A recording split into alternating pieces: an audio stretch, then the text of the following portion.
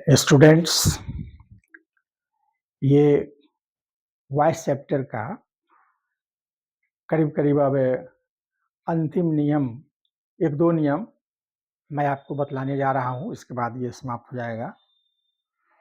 तो एक उसमें नियम पहला जो बाकी है उसमें का पहला नियम, आप कभी कभी देखेंगे कि वाक्य के शुरू में पीपल से, people believed, people think, people support, ये सब शब्द लगा रहता है। People believed, think, know, understand, find, say, claim, report, ये आ जाता है कभी कभी। तब क्या करते हैं, उसको पैसिव बनाने के लिए सब्जेक्ट हम ईट का प्रयोग करते हैं और उस ईट को हम कहते हैं डमी सब्जेक्ट। डमी सब्जेक्ट का मतलब होता है कि वास्तव में वो सब्जेक्ट नहीं है, फिर भी उसको रखा गया है, डमी है, डमी, काम चलाऊ, झूठ, है ना। तो ये डमी सब्जेक्ट ईट का प्रयोग किया जाता है। एग्जाम्पल के तौर पर देखिए, people believed that the earth was flat, इसमें आ गया, पीपल बिलीव्ड आ गया। तो देखिए यहाँ पर क्या हो गया, इट वाज बिलीव्ड, ये लग गया इट वाज बिलीव्ड। और बाकी इसको उतार दिया गया, that the earth was flat, उसको उतार दिया। Next example, everyone thought that the government was weak, तो देखिए इट वाज बिलीव्ड। और बाकी ये जो है that the government was weak, that the government was weak, उतार दिया गया। उसी तरीके से पीपल से that he is a spy, तो यहाँ पर से लगा हुआ है, तो it is believed that he is a spy. देखिए that he is a spy, that he is a spy, उसको जो कहते हैं उतार दिया गया। तो इस तरह का जब सेंटेंस मिले तो उसका पैसिव बनता है, और जब उसका पैसिव हम बनाते हैं तो क्या करते हैं, उसमें ईट इज, अपने तरफ से ईट हम सब्जेक्ट उसमें डालते हैं, ईट इज होगा, ईट वाज होगा, टेंस के हिसाब से चलेगा, वाज इज। तो एक ये पहला नियम जो बाकी है उसमें का पहला नियम स्पेशल का, ये पहला नियम हुआ। अब नंबर 2 है, आप देखेंगे कभी कभी एक ही सेंटेंस में दो ट्रांजिटिव वर्ब आ जाते हैं। ट्रांजिटिव वर्ब का मतलब क्या हो गया, बहुत पहले मैंने आपको बताया वर्ब चैप्टर में कि जिस क्रिया को ऑब्जेक्ट की आवश्यकता पड़ती है उस क्रिया को ट्रांजिटिव वर्ब कहते हैं, और जिस क्रिया को ऑब्जेक्ट की आवश्यकता नहीं पड़ती है उसको इंट्रांजिटिव वर्ब कहते हैं। तो आप हमेशा याद रखेंगे, एक चीज हम बताना भूल भी गए थे, कि जो ये वॉइस बनता है ये ट्रांजिटिव वर्ब का ही बनता है, इंट्रांजिटिव वर्ब का वॉइस नहीं बनता है। इसलिए आपको कंट्रोल, अगर आपको उस पर समझदारी नहीं है कि कौन ट्रांजिटिव वर्ब है कौन इंट्रांजिटिव वर्ब है, तो वॉइस आप गलत बना देंगे।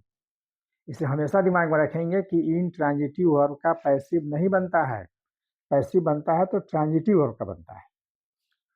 तो एक ही वाक्य में अगर दो ट्रांजिटिव वर्ब आ गया, एग्जाम्पल के तौर पर देखिए, the police arrested the thief, एक ये ट्रांजिटिव वर्ब हो गया। एक ये देखिए सेंट हिम टू जेल, ये फिर सेंट क्या हो गया, ट्रांजिटिव वर्ब हो गया। हमने इसको अंडरलाइन करके लिख दिया है, ये ट्रांजिटिव वर्ब है क्योंकि इसके बाद ऑब्जेक्ट आया है। द थीफ ये नाउन है, इसे ऑब्जेक्ट हो गया। ये देखिए इसके बाद में फिर हिम आया, ये प्रोनाउन है, ये क्या हो गया, ऑब्जेक्ट हो गया। तो जब दो ट्रांजिटिव वर्ब आ जाए तब क्या करते हैं, इसको दो क्लॉज भी कहेंगे। आप पढ़ेंगे, एनालिसिस चैप्टर पढ़ेंगे, अंतिम चैप्टर होता है एनालिसिस, तो आप पर क्लॉज की चर्चा होती है, वो क्लॉज मैं आपको बतलाऊंगा।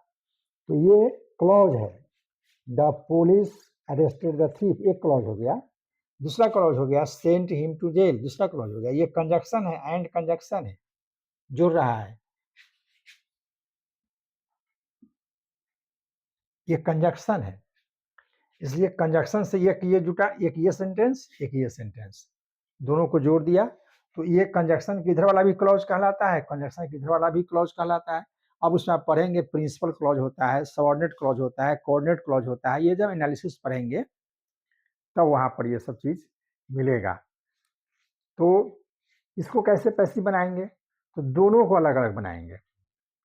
The police arrested the thief, तो क्या हो जाएगा? The thief was arrested.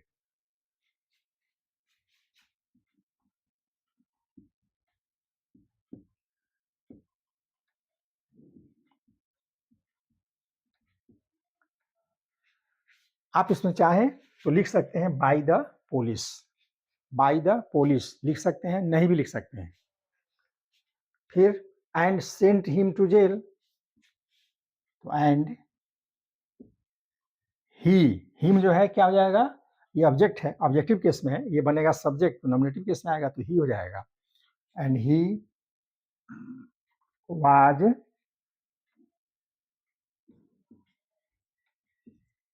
Saint to jail, ये हो गया, अलग अलग बन गया।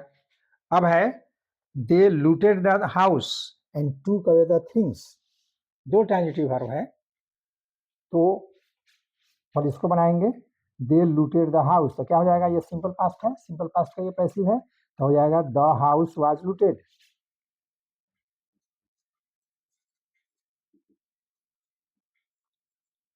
The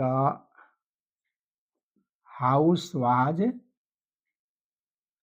looted and took away the things and, अब देखिए ऑब्जेक्ट है, ये सब्जेक्ट बनाएंगे तो हो जाएगा द थिंग्स, ये सिंपल पास्ट है तो वाज वेयर लगेगा, तो उसके हिसाब से क्या लगेगा? Were, and the things were taken away, ये V3 हो गया। तो पैसिव में हमेशा V3 होता है, ये V3 है, लूटेड ये V3 है। तो इस तरह से अगर दो ट्रांजिटिव वर्ब आ गया तो दोनों ट्रांजिटिव वर्ब का हम पैसिव अलग अलग बनाते हैं उसको। एक प्रिंसिपल क्लॉज होता है, दूसरा कोऑर्डिनेट क्लॉज होता है। पहले वाला प्रिंसिपल होता है, बाद वाला कोऑर्डिनेट होता है। तो ये जो है सो क्लॉज की चर्चा अगले चैप्टर एनालिसिस चैप्टर में जब आप पढ़ेंगे तो वहाँ क्लॉज की चर्चा होगी, बड़े विस्तार से होगी। उस चैप्टर का नाम है एनालिसिस, जो मैं सबसे अंत में पढ़ाता हूँ। तो अब ये हमारा पैसिव वॉइस जो है ये समाप्त हुआ। अब इसमें कुछ बताने की आवश्यकता नहीं है, मैंने सारे नियम को एकत्रित करके आपको बतलाया। अब एक नए चैप्टर की मैं शुरुआत करूँगा। हो सकता है कि मैं ये नरेशन पढ़ाऊँ या हो सकता है मैं टेंस पढ़ाऊँ।